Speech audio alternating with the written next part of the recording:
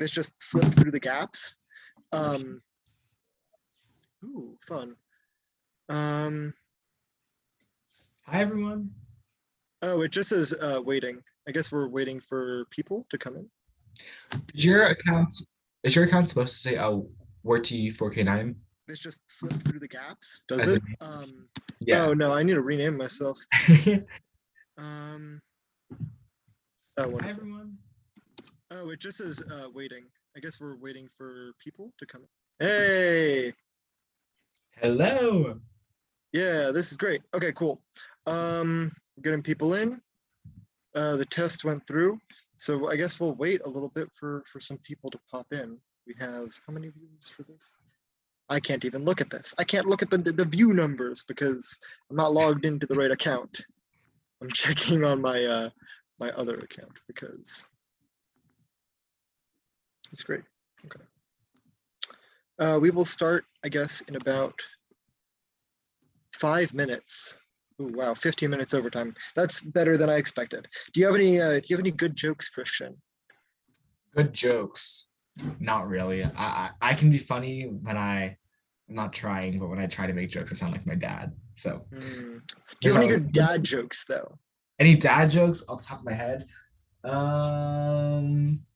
Wait, no. Do you have any? Do you have any dad jokes, Ruben? I do not have any dad jokes. I have funny stories about people telling very bad dad jokes, but I do not have any dad jokes. Okay. I am. No, what are you saying? Do you want to share one of those funny stories? Do you have a quick second? I have a funny story from today. So I'm quite anti-car. I don't believe that cars are good just in general. But I have to take driver's ed because if you need a driver's license, you need to do driver's ed. It's one of the sad realities of living in America today, in my opinion. But so I'm taking driver's ed right now, and our driving instructor is like this 80-year-old guy. He has like very clear plastic surgery. He puts a ton of product in his hair. Yeah, it looks horrible. He's very clearly a dad. Don't bash the plastic surgery. He just wants to love himself. Don't bash his plastic surgery. I'm not bashing his plastic surgery. I'm just saying like he would have looked better without it. I'll just say that. Okay. It's one of those deals. And today, throughout the entire class, he would just like randomly stop talking, and then he would make like a really dumb joke, like a car-related pun. Well, those could be funny at times if they're. They were funny, but they were more funny because I didn't expect it. I didn't expect this to be like my driver's ed class. Right. I expected it to be not strange and not like disconcerting to like a weird level from this odd old man who teaches driver's ed. Well, my driver's ed instructor, I took it back 2 years ago. He spent most of the class period just having us watch videos of people crashing cars. And so when I failed my driver's test the first time I took it, I can only imagine why if I spent my entire driver's ed time watching videos of crashing cars. That's another. I feel like they really hammer into you the whole idea of you're going to crash, you will get in an accident. You're going to kill all your friends. They're all going to die because of you. Well, while you're talking, I looked up some corny dad jokes. So I'm going to read them from this list. Yeah.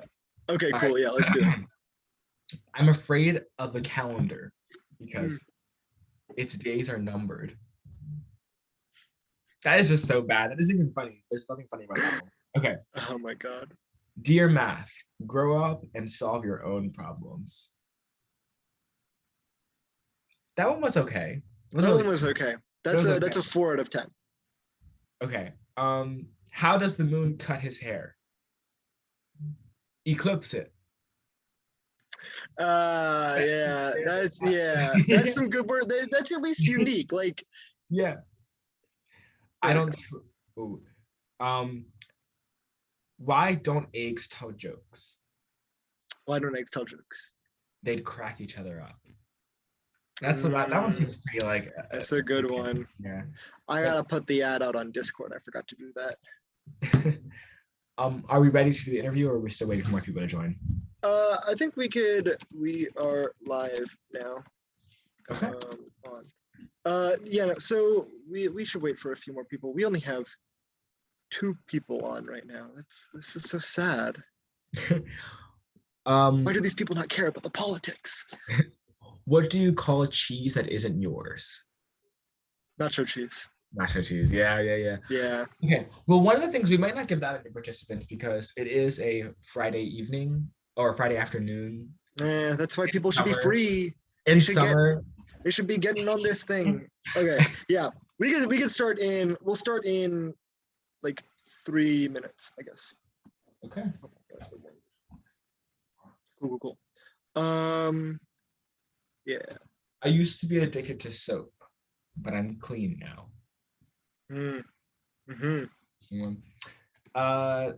That car looks nice, but the muffler seems exhausted. No. Car jokes, Ruben. Yeah. Oh my god. Okay, yeah. No. I appreciate the support, Avon. The more bad jokes we make, the more we're gonna torture Avon, and then she will bring in people so that we actually start the live stream. I used to play piano by ear. Now I use my hands.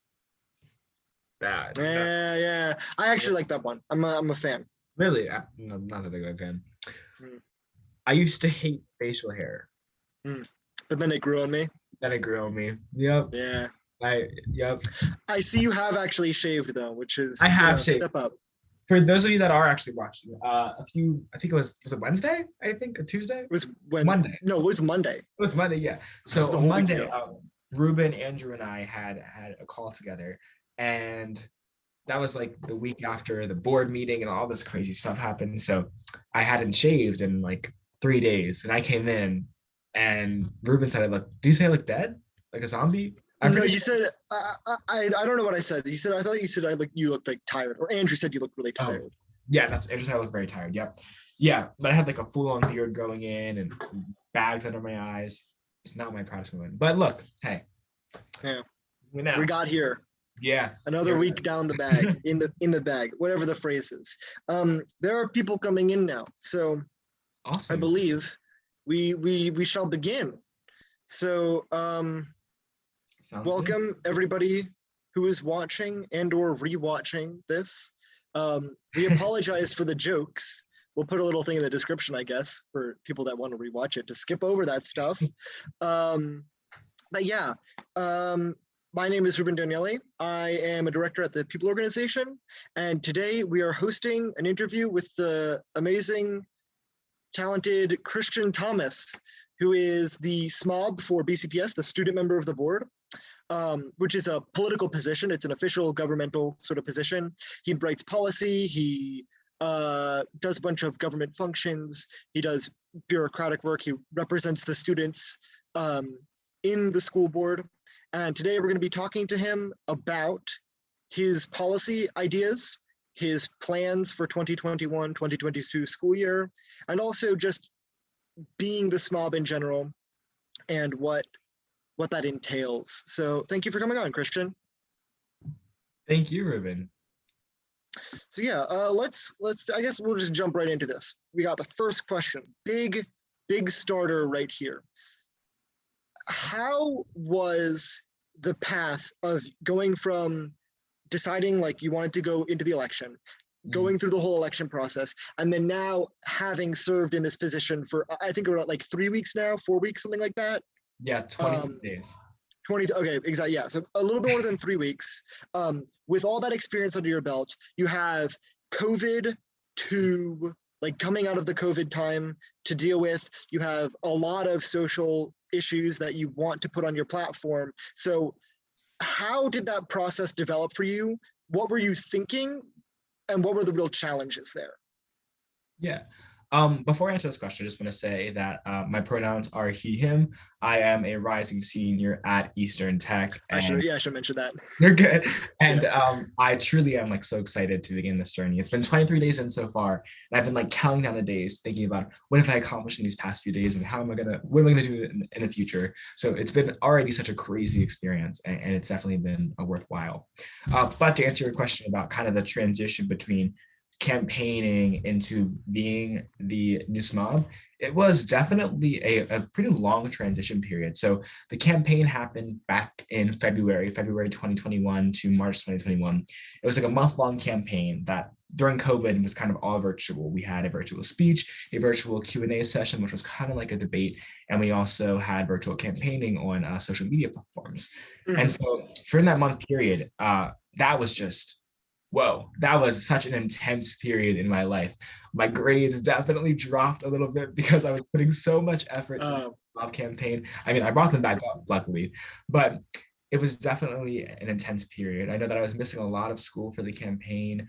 Logan and I, he was the person that ran against me during the campaign, were constantly in communication about this upcoming thing that we were going to do, this upcoming Q&A session. There were so many little figures involved. And I kind of had to, I began to realize what the magnitude of this role would be if I was elected. And that would be that this would become the main priority in my life for the remainder of my high school career. This position would be the position that would overtake every other position and require me to step down from many other leadership positions I was in and things like that. And I think I really realized that during the campaign and how taxing but amazing that process was. So then mid-March, I ended up winning the campaign. And then from then until July 1st, Josh Mahumza, the SMOB before me, and I were just getting constant communication. We had like these crash course phone calls for like 3 hours. Where he was telling me all about the Board of Education, filling me in about board members. I was learning so much about the policy that's actually been implemented recently and the past policy that's been making his process on the board even harder this year. And I just got as educated as I could possibly. Started meeting with students all throughout the county, working on projects, getting students more engaged with the student member of the board and the Board of Education than usual, and opening up new opportunities.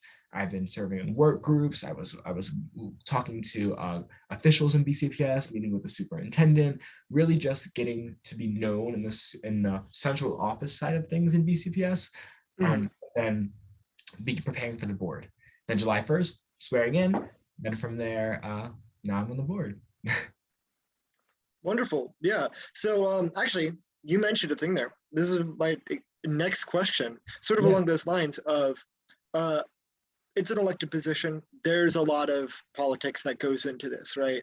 And we've sort of talked before about how the politics of even like the BCPS as an institution affects you and your position and the role that you're taking here.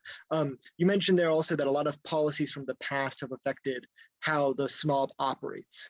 Could you maybe elaborate on that? So like, what do you think right now is sort of defining the edges of your operational role for you personally, and also on that political level, on the level of the actual policy of the board, on the level of how BCPS operates?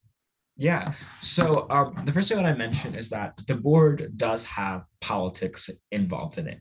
And that's actually really disappointing because unlike a lot of other government agencies, we're not necessarily just political body. We are a board of education advocating for educational policy and educational institutions in BCPS.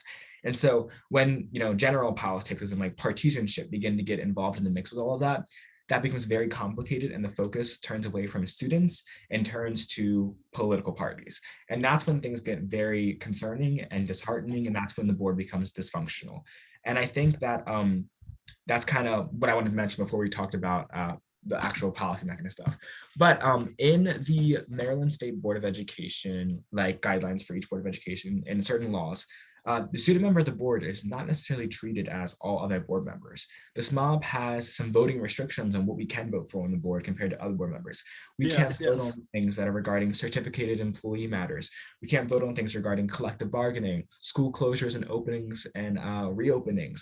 Not as in like reopening schools from COVID-19, but like the reopening of actual infrastructural buildings for schools. And we also can't vote on capital and operating budgets. So there are some restrictions as to what we can and can't vote for. And that's the policy in place that kind of can limit what the SMOB's voice can be. But they can still have conversations about it. They can still debate all of these things with other board members, which I think is really amazing. However, those voting restrictions do play a big impact on what the SMOB can actually accomplish on the board. However, hopefully, with some progress at the Maryland General Assembly, those voting restrictions can be changed. Yeah, so actually, I know I was talking to some of your aides earlier, Roa, who may be here or may not be here. I'm not sure. Unofficial aides. I have to mention Unofficially, that. some of the people that are aiding you Yes, in thank your you. work. Yes. And there was a lot of mentioning of how like projects outside of what you're doing right now are really integral to the operation. Like for what you seem to be doing, I don't want to fill this in for your part, but a lot of what you're doing right now is mainly like uh, just in meetings with other members of the board, going to sessions and drafting things and taking part in the like the day-to-day board process. But it's not really like a lot of the on the ground work that you're probably going to be doing in the school year Common more. school year, yeah. Yeah. That's definitely the case. I would say that right now, I've been kind of been getting that adjustment period. I had an orientation on my first day. I've been meeting with board members for lunch and things like that. At the first board meeting, I gave my first official SMOB report. But instead of giving a traditional report, I had to Yeah, come in with we'll some. talk about that in a Okay, sec. okay, okay. All right, Yeah, yeah. yeah. So yeah, it has really been kind of like the day-to-day things, getting involved, getting to know all the different people in BCPS, meeting with BCPS TV, meeting with the supervisor of mental health, really trying to just become as informed as I can, because we only had one board meeting in July. The committees for the board haven't even begun yet, and I hope we can talk about that during this as well. And that's Yeah, where well, most of the work happens in committees for the Board of Education. Then it goes to the full board to be processed as a whole board. So a lot of it right now is, like you said, the day-to-day operations. mm.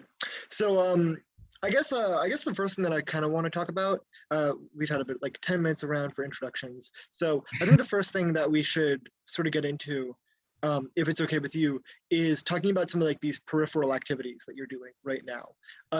And how like talking about like what the actual project is, if you want to share some of these things or maybe promote a little bit, but then also talking about how you think it's going to shift going into the school year, because I'm sure that you're expecting there to be a big change between what work you're doing now and the role that you serve as just sort of a political figure right now, and then actually going in and talking to students and going in and being a real intermediary actor during the school year when there's actually more interaction. So I know that you're doing something. I don't know if I'm allowed to talk about these things, but there's the so you can shut me off, shut me Gotcha. down I if think I know what you're saying.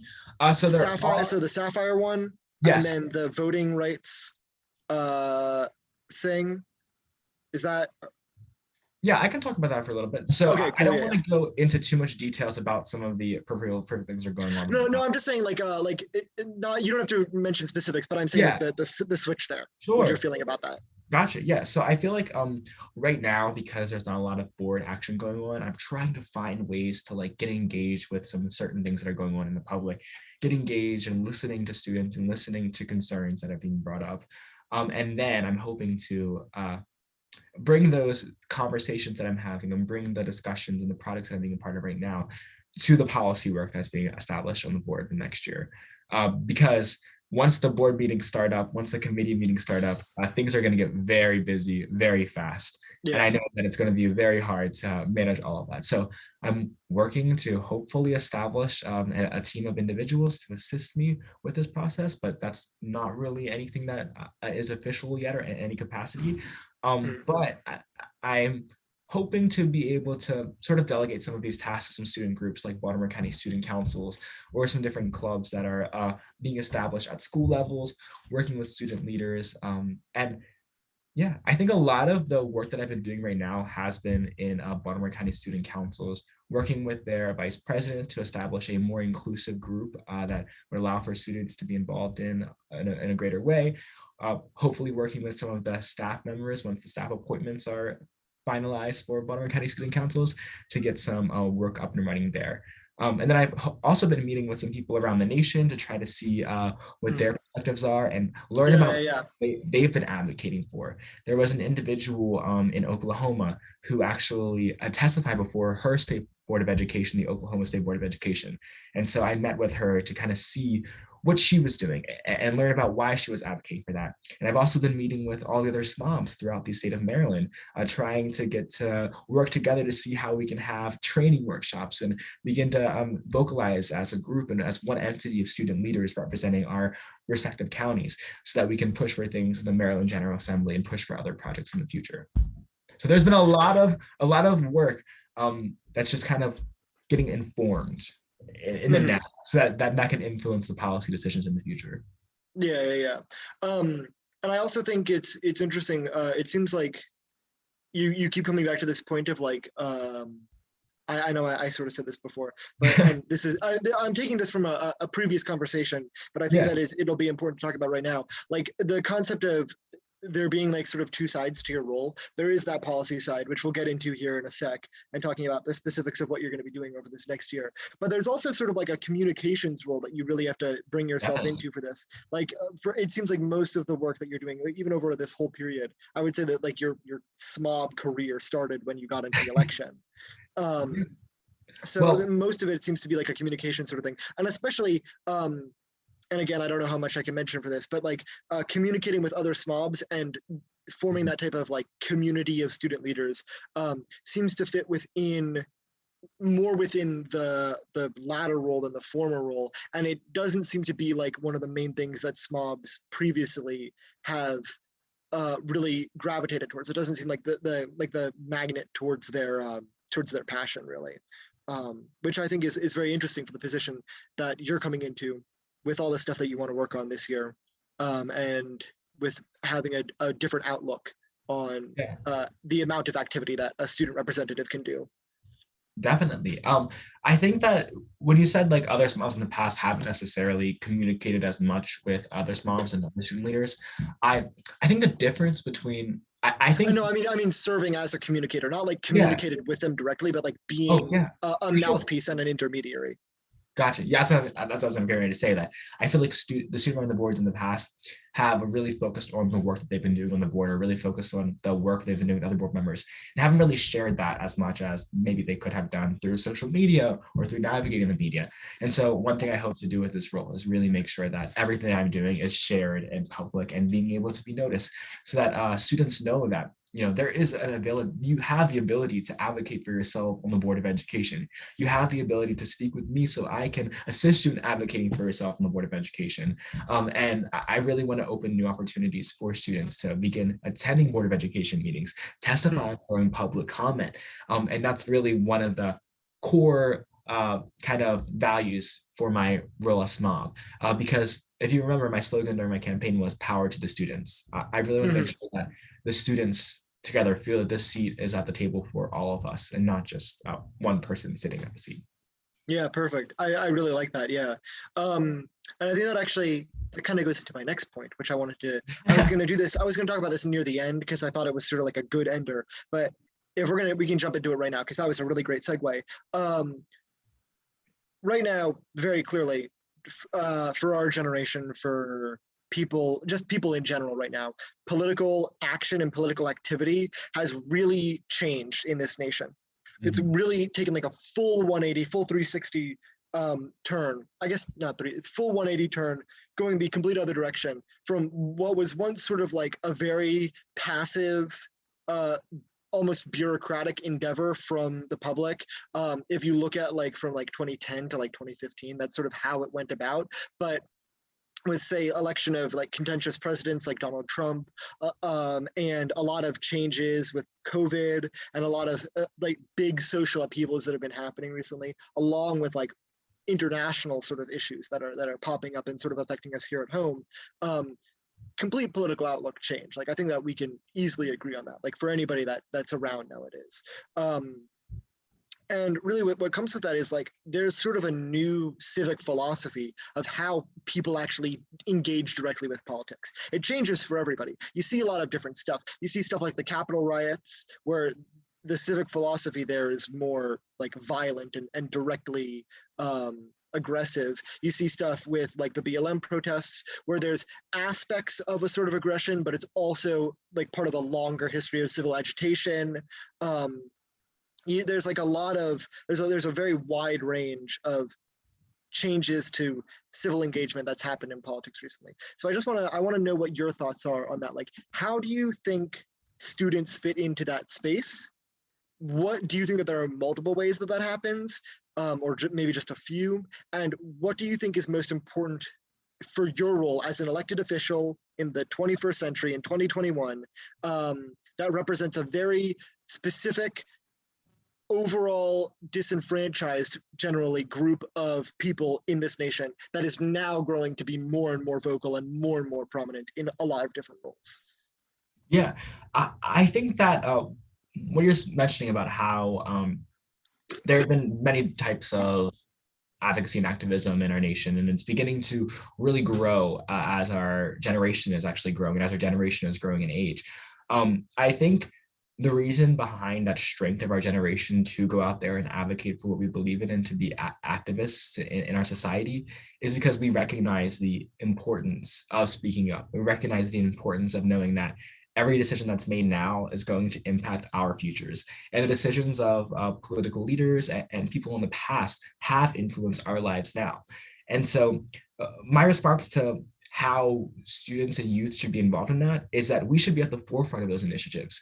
We should be the ones who are making the narratives for what we want to advocate for and what it is that we need to be an activist in. Because like I said, this is our future, and especially on the Board of Education. That's where my political realm is going to be at, or my realm of representation is at. It's really important that we're hearing from the youth that these decisions and these policy roles are influencing. And I said that during my little remarks on the last board meeting, and I was mentioning that we need to be seeking and elevating the voices of students because it's our perspective that this future, that our future decisions are going to need to be made from. Okay, so where do you see yourself in that sort of grand scheme? I hope to see myself as someone who's elevating and making and seeking out those students that have those voices and bringing them to the Board of Education. I seek to organize initiatives that are opening up opportunities for students to be participating in public comment, to organize within the Board of Education different town hall groups or different organizations that are really designated for direct student input on issues, not necessarily an issue, the opinions of our parents, but instead the opinions of us, and to make sure that those are being sought after first. Mm-hmm. Yeah. So yeah, I think that's great. Could you, so getting into like policy stuff, do you maybe have any specific plans on that sort of front? We can maybe call it like student political enfranchisement. I don't know what would be a good thing to do, but yeah. So do you have are there any specifics that you would be that you're thinking about or that are going through your head right now? Through my head right now, I would say in terms of policy, right now there is a policy that allows for students to speak. It guarantees that there is one student speaking at every board meeting. And so I really hope to make sure that that student is present to speak in the board meetings, because if you were listening to the last board meeting, there weren't any students who were participating in that realm. Mm-hmm. There's also an opportunity for Baltimore County student councils to also be present for give a report. And again, we haven't been taking advantage of those opportunities that are afforded to us right now to speak at the board meeting. And so before we can address the policy of it, we need to engage students and engage all of us to become a part of that process. And then see if the policy actually allows for us to speak, because as I'm reviewing the ones we have right now, they are flexible. They do allow for student voice. I also hope there's a policy, again, also about advisory councils in the different areas. There's the Northeast Advisory Council, Central Advisory Council, and things like that on the Board of Education. And I really hope that we as students, we can participate in those advisory councils. But again, we don't really know that those are available to us to participate in. We're not knowledgeable about the fact that we have a say on the Board of Education. And so I really hope to not necessarily focus on integrating that into policy, but to spread the knowledge about the policies that exist right now so that we can actually be taking a part in those conversations. Yeah. Do you feel like, going a little bit backwards there, do you feel like there's the perspective that a lot of students are taking now, do you feel like that's congruent to this concept of political engagement, or do you feel like there's friction there? I'll just give you an example here. From what I've witnessed, working on different levels of the political like arena, working from people that are like senators all the way down to people that are like just community organizers or doing sort of like a single sort of service for their community. You get sort of like two groups of people. There's the people that do work in those sort of settings, and they get involved on the like I'll call it the committee level. They get involved in that sort of sense. And then there's a lot of people, there's a much larger group of people surrounding that are very agitated about issues. They know that where their passion lies for a lot of those things, but they don't necessarily know how they can get into these spaces, or if they have the skills even, or if they have the like capability to fill that role, right? It may be a responsibility thing. It may be a confidence in representation thing. It may be that they don't feel like they're the right person for that type of job. But in any case, if the important thing I think we can agree on is that students need to be more involved in politics, and they need to get in on that committee level. They need to be the actual members that are on these boards. They need to be the members that are doing the advising, that are writing the policy, that are communicating to their peers and to their elders and to everybody in their communities. But do you know if there's any sort of block on that sort of that sort of civil engagement perspective that I was just mentioning, sort of? Yeah, I would say that I certainly agree that students definitely should be within those campaigns. I had the privilege with a few other students to serve on the equity committee and a panel. And I remember speaking to the board members before being on the board, explaining all the concerns I had about and maybe an ill-equitable approach that was previously being taken place. And then they listened to what I had to say. They listened to what the fellow students and I were saying on the board panel. And it's things like those that are engaging students at the committee level. And I really hope that we can expand upon those and increase the number of students participating in those little panels on the committee level. And like you said, it's really important that we are at those levels, because that's where the work is being accomplished. And it allows for us to take a proactive stance on things. It allows for us to implement our views as students into decisions instead of having a reactive approach to things because we don't agree with the procedures or policies that are being established, which is a really important thing for our governing body to have.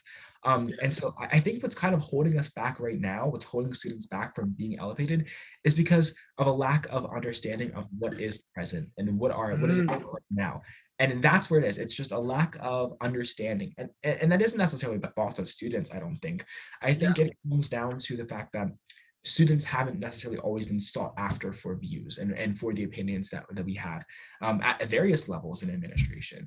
And I really think that our voice needs to be elevated and sought after. And I think that the board is taking steps to do that, and we can definitely do more to make sure that students are engaged. And I hope to be a part of that engagement. And I've talked to fellow board members and the board chair about this multiple times, and they seem very excited and very enthusiastic about my goals to bring more students involved. So yeah, it is definitely not. It's not like it's not a misplaced passion. It is that sort of blockage of passion. You're saying there that there's like the lack of knowledge and the lack of experience maybe is stopping students that do have strong perspectives from getting into those areas. So I do think that's. If I can expand on what I said also, yeah, of course. I think it takes a lot of confidence and a lot of courage to stand up for what we believe in as students. And I can see that at my first board, we had my first board meeting with the board members, before it was anything, we were working on any policy or anything, I was intimidated and I was nervous and I was scared out of my mind, because we have all of these 40, 50, 60-year-old adults talking it out, arguing back and forth about different things. And who am I as a 17-year-old kid to actually be able to say what I'm passionate about and share my beliefs?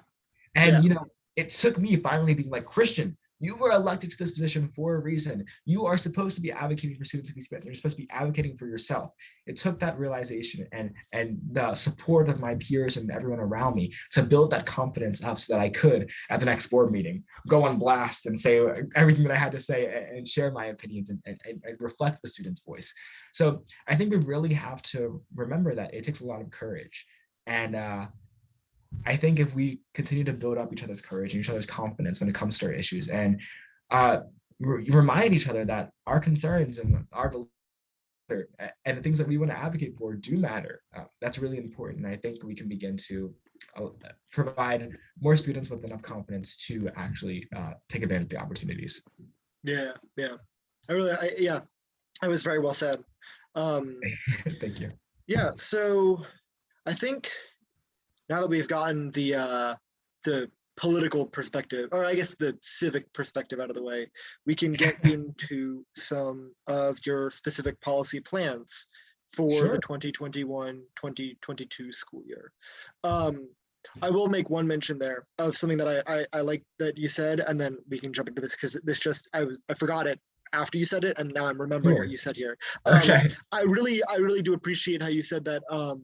It is a matter of people reaching out and asking for students' input and asking for students to actually come in and do this thing. There's I'm paraphrasing here, but there's a thing that a lot of like environmental activists say, which is action is valuation. If you want to say that you have a value for something, if you want to build up the value of something, you need to tie it to some activity, especially within the government.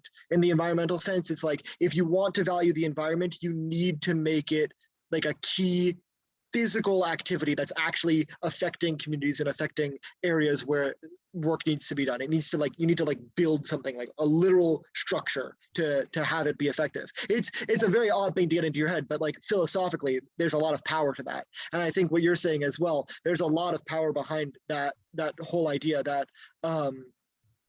you have a lot of built up energy in students nowadays. And there is a lot of amazing stuff that I think students can do and that they should do and that they have been. they have been doing. Yeah, it's there's a long history of it. They just need to have the opportunity. They need to be even like maybe given the opportunity to connect with that very directly, and given the opportunity to start building their confidence, I guess, in that area, especially with their peers around them. I feel like that's another thing. A lot of student politics is very isolated, and this is the first sort of time in recent history, at least, where student political groups are coming together and they're trying to interact, like what we're doing here, maybe. But no, Yes, I think. Oh, sorry. I think that's a key to like understanding and to move forward as society as collaboration is constantly making sure that everyone has a say in the decisions that are being made. Otherwise, we have these great divides that are existing on Board of Education throughout the country, on national scale politics and local politics. These divides are established because of a lack of collaboration. And I think that's the key thing. Collaborating between our leaders and our constituents, collaborating between our administrators and our board members and the students. That's how we're actually going to, as a whole system, begin to accomplish true change and accomplish a better society within ourselves. Yeah. Well, yeah, that was very well said. So now that we have, finally. Talking about platform now? Talking about platform now. Let's do this. I have it pulled up on my phone. We're going to go through the 5 points that you had laid out. Sure. And may I preface this? Yeah, of course. I just want to say that everything that we're talking about on the platform that came directly from my campaign, I am holding myself very accountable to accomplishing the goals that I outlined in my campaign. I believe that any official who runs for office or any official who makes promises has to uphold those. And so everything on this campaign, everything I talked about is going into what I want to accomplish. But there's so much more as well that has come from speaking with students throughout the campaign and speaking with students and teachers throughout the year leading up to SMOB. So yeah, this campaign is definitely this outline is definitely a little outdated, but I think the 5 core values in it are really important. Yeah, and if you want to follow along with your resources at home, you can find it at Christian Thomas 4 SMOB, the number 4 SMOB on Instagram. And we also have a review, a sort of short summary of it on the Pupil Instagram. So at the Pupil organization, there's a short summary, and at Christian Thomas 4 SMOB with the number 4, the Our Platform post. That's what we're looking on right now. So I'm actually going to go to the very last one. We're going to get this out of the way right away. Safe reopening for COVID-19. How are you handling with that? How's that factoring into your policy and your activity right now and into 2021, the 2021 school year, I should say? Definitely. This is definitely a period of time right now when we're actually getting back to school. We're recovering from the pandemic. We're having vaccinations for a lot of secondary school students. So we're able to come back to school and make decisions about that. And the things I outlined in my platform for the campaign, where I'm making sure that professional development is including perspectives from students, is including perspectives about mental health and talking about the trauma that COVID-19 has had throughout our year. It includes opening new channels for student and adult communication, which I think is really important, because in my eyes, with the end of COVID-19 and the beginning of our new school year, although COVID-19 is still ongoing, we're kind of given a fresh start a little bit. We're given this like a clean slate. We've been out of the school building for about a year now, or all students haven't been in the building together for about a year now. And we're able to kind of rebuild our school system in a way that is more equitable, in a way that is more safe for students, is more inclusive, and does value diversity in a greater way. And so I think I'm very optimistic about our ability to bounce back from the pandemic. Another thing was like creating leniency and understanding for late assignments. And I think for every policy decision that goes on the board, or I'm planning to have on the board, it's constantly taking into consideration, like, how has the COVID-19 impacted students now, and how will this policy try to rectify the negative impacts that COVID-19 has had? So it's a huge factor. There are emails coming in all the time about the mask mandates and things like that going on in our school system. And I'm constantly thinking about, what is the safest route for students? What is the safest route for a safer reopening? Could you maybe, I don't know if you're willing to divulge this, but where are you leaning on that? You don't have to say it if you don't want to, but like, for when it comes to masking, when it comes to other safety equipment, not just for students, but also for teachers, where are you leaning on those types of things? Yeah, I'm a little concerned about what I can and can't say, because I don't want to speak on behalf of the board. And on behalf of yourself, on what you would consider. Yeah, on behalf of myself, I want to consider everyone's perspectives. I've been reading every email. I've been reading people talking about the importance of masking. There are a few things that are being brought up about masking necessities for kids in elementary school levels. There are different concerns being brought up about if there are masks provided, some of the concerns that parents have with masks being, as a requirement for their parents. And so my approach to this is to go in as open-minded as possible, listening in to see, hearing the concerns of parents. But ultimately, it comes down to the students. And ultimately, it comes down to what students have to say. And so, yes, taking in feedback from parents, but I really value what students have to say above that, and what teachers have to say too, because students and teachers are the ones that are going to be in the classroom. And so, I haven't made a decision yet about possibly how I would vote if there is a motion that is proposed but right now there is no mask mandate for any of our schools. And so if there is a motion proposed, or if I was to create a motion that would maybe require masks for a certain subsect, I'm not really sure how I'd vote just yet, because I have my personal opinions, my personal beliefs, but I don't necessarily have the beliefs and personal opinions of the students at BCPS just yet. So if you do have an opinion on that, please reach out to me on Instagram at BCPS_SMOB via DMs, or send me an email at christian.thomas@bcps.org, because I really do want to hear from the perspective of you all. And Ruben, if you want to talk after this about what your perspective on the mask mandate is, I'd love to hear what you have to say as well. Okay, yeah. I'd like to ask like sort of one more thing. I don't know if we'll necessarily have time for this, but along with student involvement this year, we both know this, there's been a lot of parent involvement, a lot of parent voices. Parents have gotten highly vocal, and maybe even more so than students. They've taken to, I guess the best way to say it, they've taken to presenting their beliefs directly to board members, I think, more than students. I think that's a fair sort of thing to say, like in mass, on sort of large issues. Could you possibly weigh in on like what you know about what parents are thinking about for masks? Have you gotten any messages from parents that you could specifically use as examples, maybe, or messages from students as well to contrast to that? Yeah, to be honest, I haven't heard much student input, but I have gotten a lot of emails about the mask mandate coming from parents. There have been a lot of parents from the elementary school level that have been emailing and stating things about the importance of masks for elementary school kids. But then there have also been some parents who are talking about their personal interactions with masks and how they've impacted their children in different ways. So there has been a lot of parent engagement on both sides of there have been some people that are saying no masks, some people saying masks for anyone who's unvaccinated, and some people saying masks for just kids in younger levels. I see. I see. So those are kind of like the three messages that I've been hearing. But I do want to, this is unrelated to the mask issue, but I do want to mention one thing about Yeah. parents. Yes. Yes. Parents are advocating for their children, for what's best of their children, but sometimes it can come at the expense of silencing children. And I think that's when the role of Yes. SMOB is really becomes the most important. Yes. When we're constantly seeking a parent perspective and a parent view, we can also be turning a blind eye to the student view and what students and what we want to accomplish on the board and what we want to see in our school system.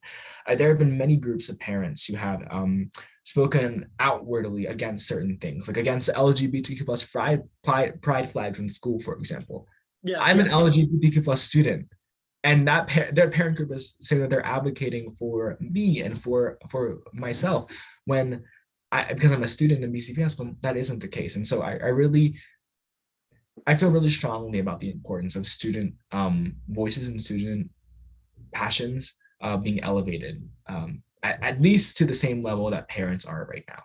Yes, yes. I definitely think I could say, of course, that there is most definitely a political aspect to that as well. I think up until now, at least young people on the whole have not been valued, like if you put a number to it, as highly as people over the age of 18 have, especially in places like Maryland where board members are elected. There's only one student elected board member, and there are what, 17 other non-elected board members? There are 11 board members. Oh 12 yeah, sorry, 11 board. You're good. You're good. And I have so much stuff right now. I'm sorry. I apologize. You're good. Just for knowledge, 7 of the board members are elected representing in different districts. 4 of them are members at large, so they're appointed positions, and then there's one student representative. But it does definitely come down to it's 1 out of 12 people under 18 voting, 11 out of 12 people over 18 voting, and for that 1 out of 12, that represents a population of what, like 100,000 students, 170. How many students are there in Baltimore County? I'm pretty sure 115,000 students. 115,000 students. One more optimistic way to look at it is that the board members who are representing their districts, their constituents, in my eyes, are not the people that voted for them. It's not their parents. Their constituents are the students in their district. That's kind of yeah, that is true. Is this? I believe that the members at large, they were appointed, their constituents are the students of BCPS as a whole, all students, and not just in a district.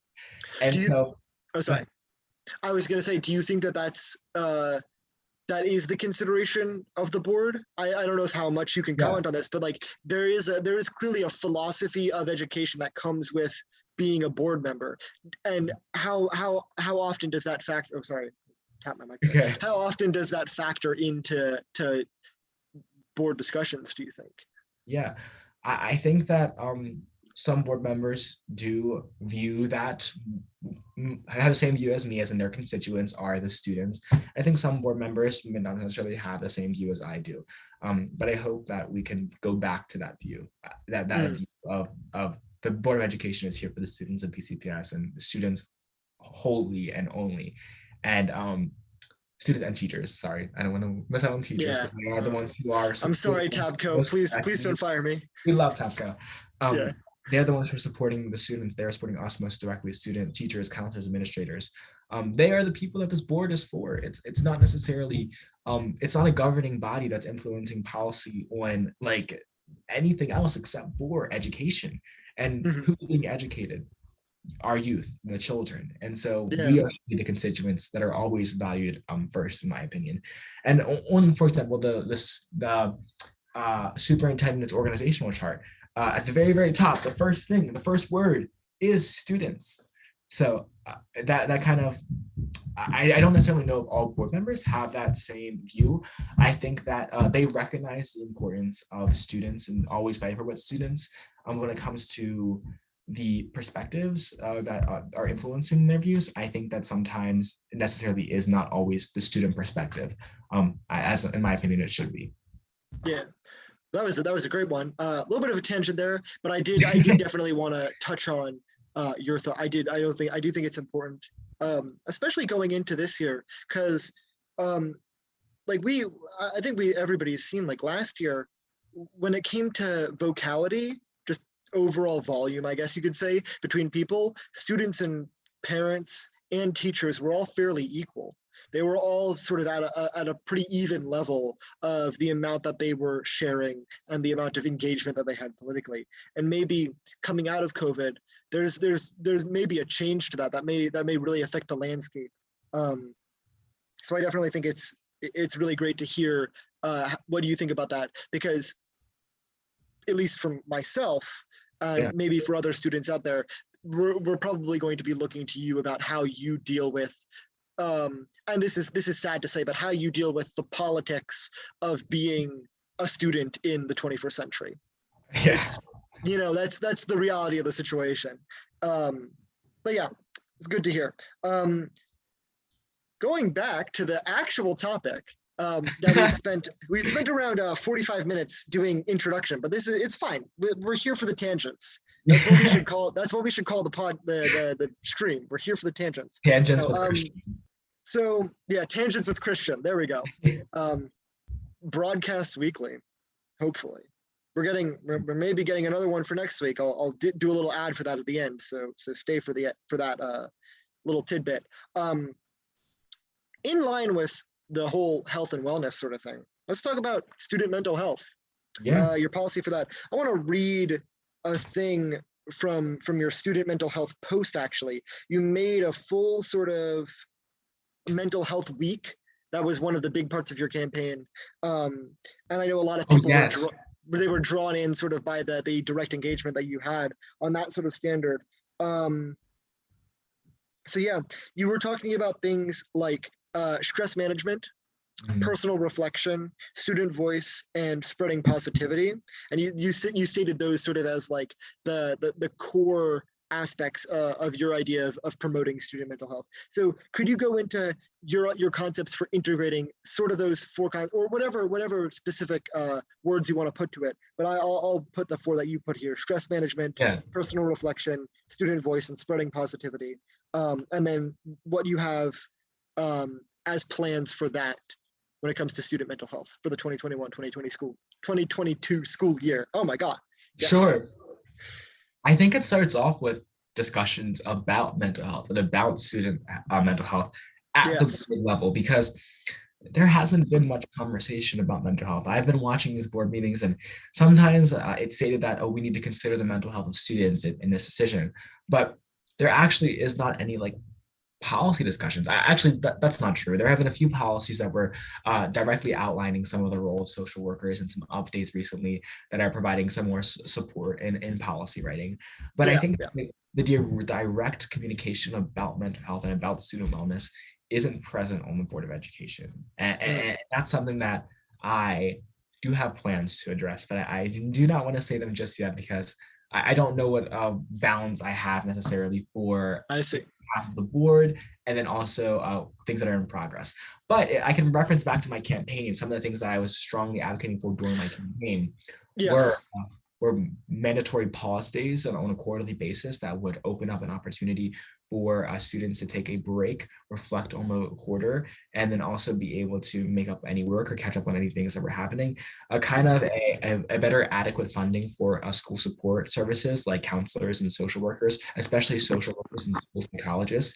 Today, I learned that in our school system right now, school psychologists, they're not set to one school. They kind of have a range of schools that they're covering and they're in charge of.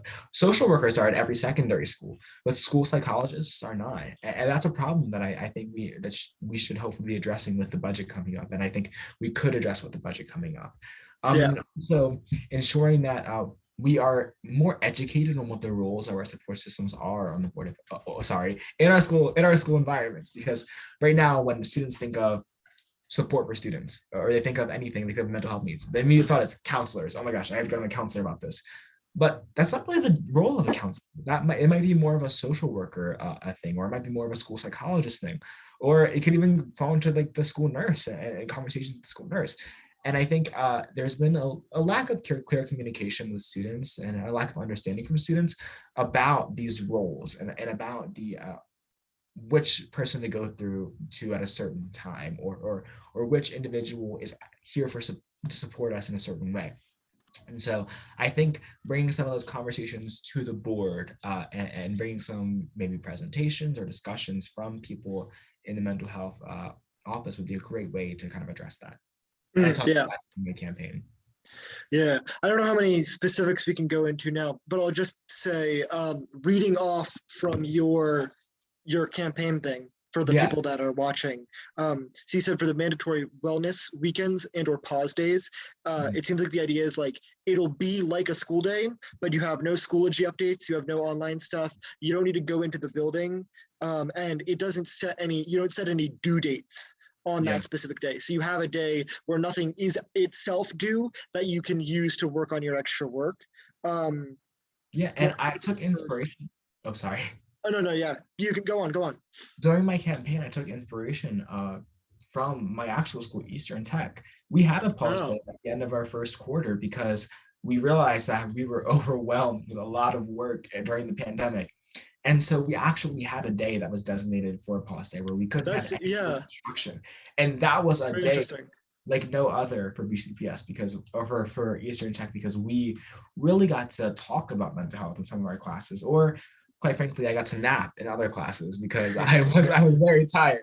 But yeah, that is a whole thing. Like with student health, there is an aspect of physical health that goes into it, where some school policies, like it's very well known that early wake up times do horrible things for like teenage development. It's completely out of line with what science says and what doctors have been recommending for students, but yet that's still the policy when it comes to school things. So I do think that that's a mental health issue. It does, the physical health and mental health they're one and the same, really. Well, actually, at the last Howard County Board of Education meeting, they had a very robust conversation and discussion about possibly opening the school day later. And so that's something to also consider. We just approved the calendar for the next school year at the last board meeting. So next school year, we're adding 15 minutes to the end of our school day instead of, maybe not having removing from 15 from the beginning. Right. But we are adding some time at the end of our school day. However, that's something that I definitely would like to take into consideration going for the next calendar and the next school year, 2023, right? 2022, 2023. Yes, that's the year. But I do want to hit on the rest of the points of my platform because I know we are running out of time. Yeah, no, we can go, because we started 15 minutes late, so we can go a little bit into it. Okay. And Andrew said he can keep it open till like 6:45, which is great. So I think, so actually we'll do one of these. We'll not do both. I would recommend for anybody watching, go to Christian Thomas for SMOB on Instagram, or go to the BCPS SMOB Instagram page, or you could even email Christian. I'm sure you would be willing to answer some of these things, to ask him about any of the stuff here. But there are two more policy points that you talked about. Choose whichever one you think is going to be more interesting, and then we'll go on that one. And then I have one small thing to talk about at the end. But yeah, so one of them is diversifying curriculum, and then the other one is reducing the opportunity gap. So whichever one you think you can talk on better there, we'll do that one. Let's combine them both. Okay, sure. Wonderful. In a way. So honestly, this can all be combined under like diversity, equity, inclusivity in our schools, really. So when it comes down to diversifying our curriculum, there's a huge lack in LGBTQ+ representation in our curriculum.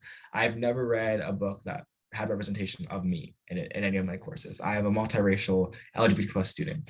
And it wasn't until I read Red, White, and Royal Blue back in January that I actually saw myself in a book, and I actually saw myself in something, and that was a personal book that I read.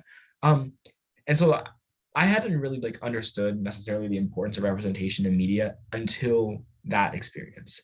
And I think representation is kind of what's really important for students to grow that confidence within themselves and to see themselves reflected in stories and to understand our history. And so I'm going to be pushing for a more inclusive curriculum. And I will be serving on the curriculum committee this year. So I'm excited. Oh, fun. Yeah. I asked you about that before. So that's wonderful. Yeah. I'll say them all right now. I'm serving on the equity committee, the curriculum committee, the policy review committee, and I will be vice chairing the legislative and governmental relations committee. So that's 4 committees, which is a very large amount of committees that I'm going to have to figure out the time management for. Actually, I have a quick question for you there. Did you hear about ROA for BCSC? Did she tell you about that? ROA, No, but we can talk about She's it after. yeah, we can talk about it after. But yeah, it's a pretty Because interesting we're thing. we're live right now. Okay, all right, Yeah, I awesome. know. Yeah, sorry about that. But yeah, So I continue. will be serving on those 4 committees, which is really great, and I'll be able to work directly with Dr. Bozo McComas, who is the Chief Academic Officer, to kind of help with those initiatives. There actually was a conversation about getting some more LGBTQ plus perspectives in curriculum at one of the last curriculum committee meetings, which was really amazing to hear. Oh, Although I wasn't a yeah. part of it because I wasn't on the board. Yeah. Uh, And also making sure that we have a very global perspective when it comes to our history courses. Second thing of reducing the opportunity gap, this goes to equity, is right now a lot of students aren't able to participate in after school activities. oh, Actually, yes. during the pandemic, from what I've heard from Dr. Williams and other individuals, the amount of people participating in these activities like skyrocketed because students were able to do it from their computers at the comfort of their homes.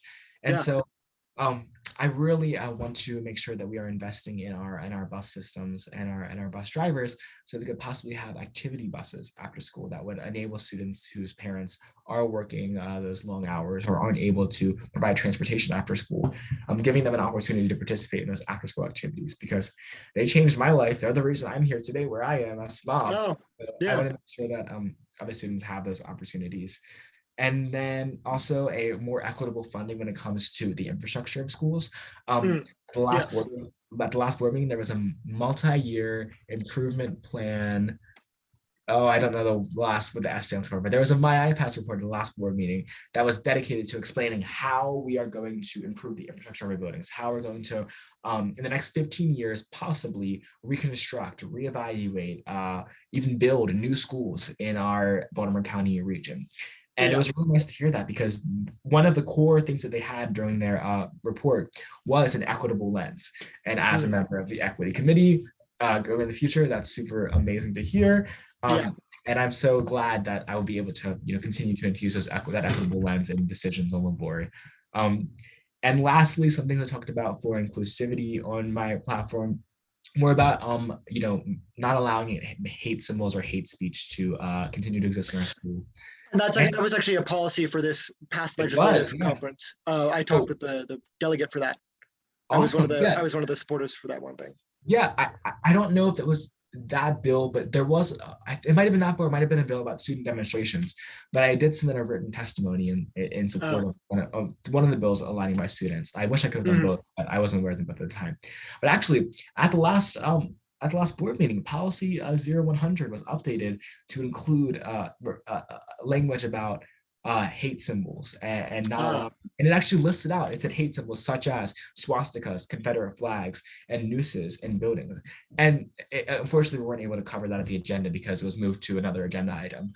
However, at the next board meeting, we should be voting on that policy, and that would not allow for those things to already exist. And that's something that Josh Mahumza, the last SMOB, actually worked on. I do see one thing lacking with that, though. It doesn't address hate speech just yet. So hopefully we can begin to address hate speech going forward as well. So yeah, those are kind of the things that I wrote on my platform. The things that I have been like in my mind circulating, and all the ideas and the policy about what I'm going to do in the future, those are kind of been at the core of those. Yeah, okay. Here, I need to send a really quick text. But I think that oh, did that sound bad? Whatever. When do you... I was texting Andrew because he's the one that's hosting it. It's not me. Well, I can keep talking about while we're going on. No, because I wanted to know how much time we have for one more big question. Depends on, it's sort of like I do have to go around 6:20. But yeah, we can do it really quick now. Sure. That'll be fine. So I guess, so let's see what we did. We did path to SMOB, what the sort of getting into the position was like. We talked about, and I'm super excited because I'm excited for the next SMOB election to come up, and so that I can begin to share more of that process with any other future people that are interested in running for SMOB. Ah, yes. So actually, that may be our last. Ruben, are you interested? No. Do you know about BlackRock? I do not know about BlackRock. No, we can talk about it. Okay, so you'll hear about that later, or you'll hear about it from Roa, or you'll hear about it from like any of the people, because there are a lot of people involved with that. That's what I'm doing next year. So yeah, be excited. But no, so we talked about the path to SMOB, getting into elections. We talked about the perspective, like what your perspective is coming into the SMOB office. We talked about the politics of the position and what it's like to be a political leader. We talked about parent, teacher, and student engagement and how that factors into the position. And then we went over your policy platform, and we did your like equity in curriculum and engagement and octopus. Um, that if you ever come on again, that's going to be your little tagline. It's going to be BCPS SMOB known octopus. Sounds good. And Sounds good.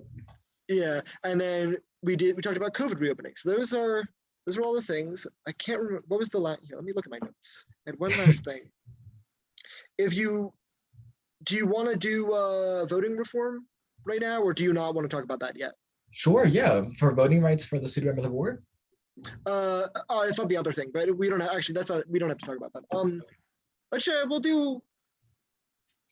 We have 6 minutes. What's a good question?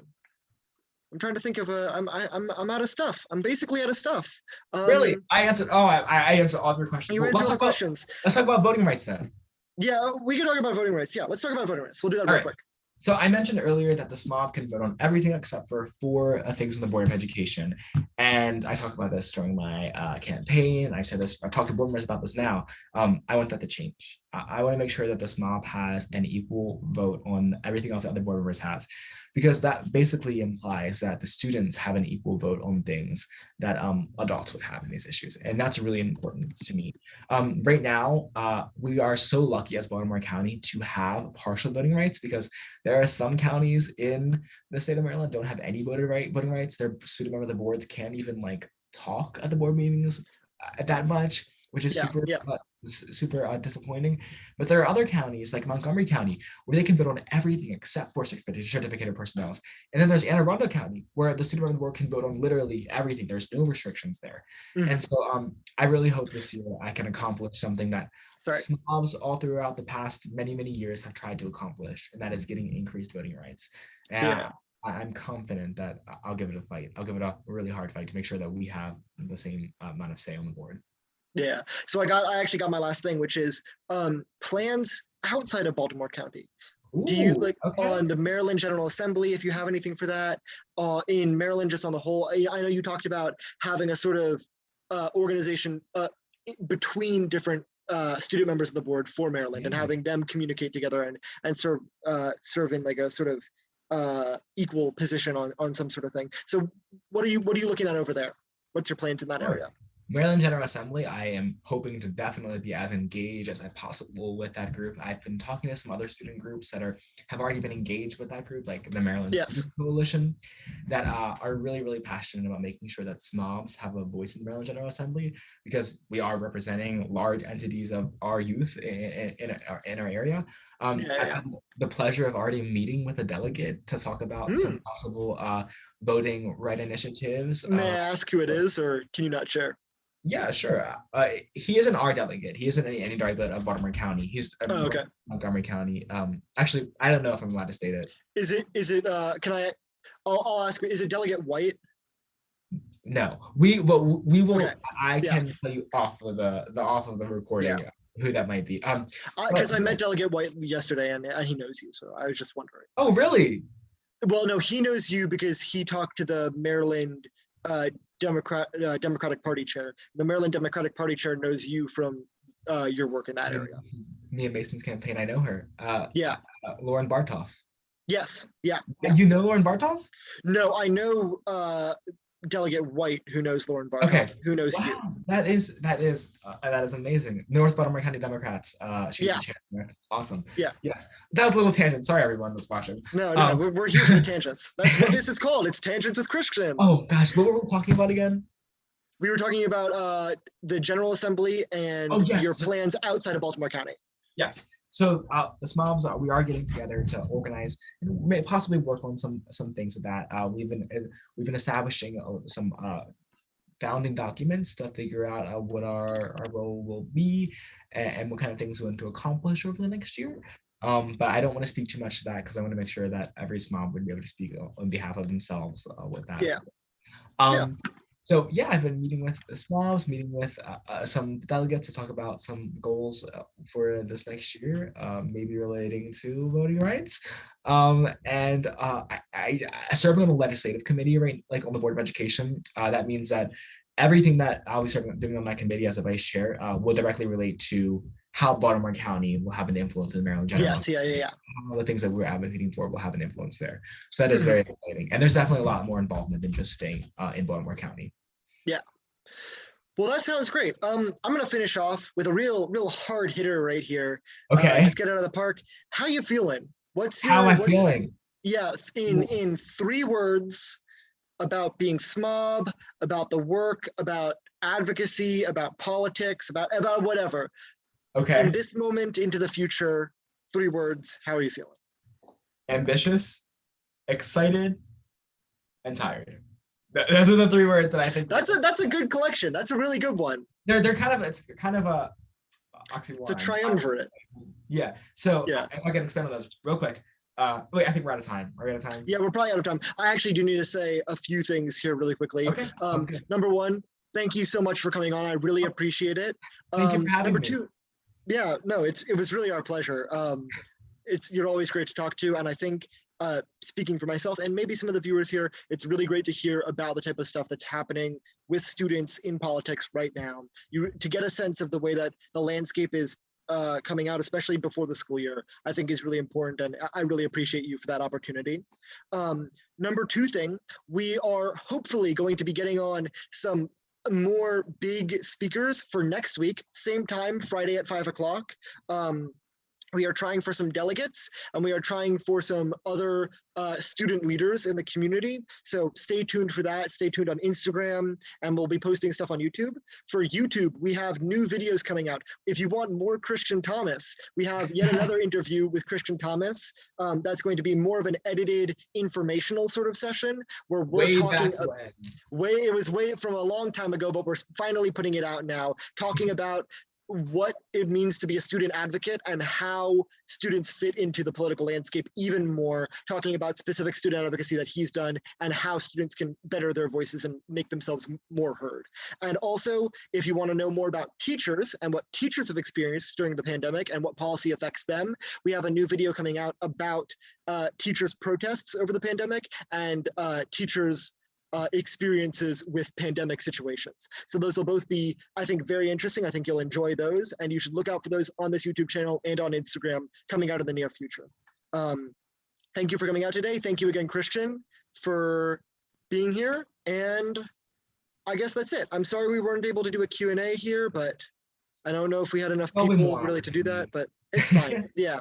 In any case, we'll see you later, Christian. Andrew, you can cut it off, I guess.